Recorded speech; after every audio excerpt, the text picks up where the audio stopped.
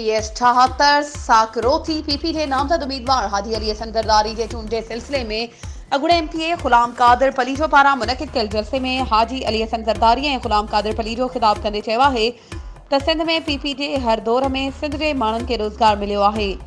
आमरीअत जे साधारनि सिंध खे हमेशह माले गनीमत समझी फुरलुट कई आहे ऐं उन्हनि खे अवाम धिकारे छॾियो आहे। हिन वक्त मुल्क ॾुखियनि हालतुनि में आहे। आमरीअत जी नर्सरी में पैदा थींदड़ लीडर अवाम खे गुमराह करे रहिया आहिनि, पर पाकिस्तान जो अवाम जमहूरी पार्टी सां गॾु आहे। पीपी शहीदनि जी पार्टी आहे जेका पाकिस्तान में हक़ीक़ी जमहूरियत आणणु चाहे थी। तंहिं करे हिन भेरे वोट पीपी जे नामज़द थियल उम्मीदवारनि खे ॾिनो वञे।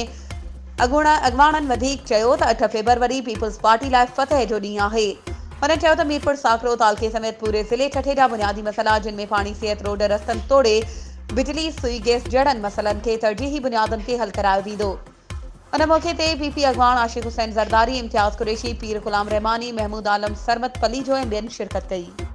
इलेक्शन 2024 जे सिलसिले में तव्हां बि पंहिंजे तक जे पसंदीदा उम्मीदवार खे कामयाब बणाइण ऐं इलेक्शन मुहिम में सपोर्ट करण लाइ CN न्यूज़ ते इश्तिहार ज़रिए पंहिंजे उम्मीदवार जी चूंड मुहिम में हिस्सो वठी सघो था। त पोइ देर छाजी, हाणे असां सां राब्तो करियो ऐं पंहिंजे इश्तिहार CN न्यूज़ नेटवर्क ते बुक करायो। वधीक राब्ते लाइ WhatsApp नंबर 03447223464। तेज़ तरीन news network CN news plus.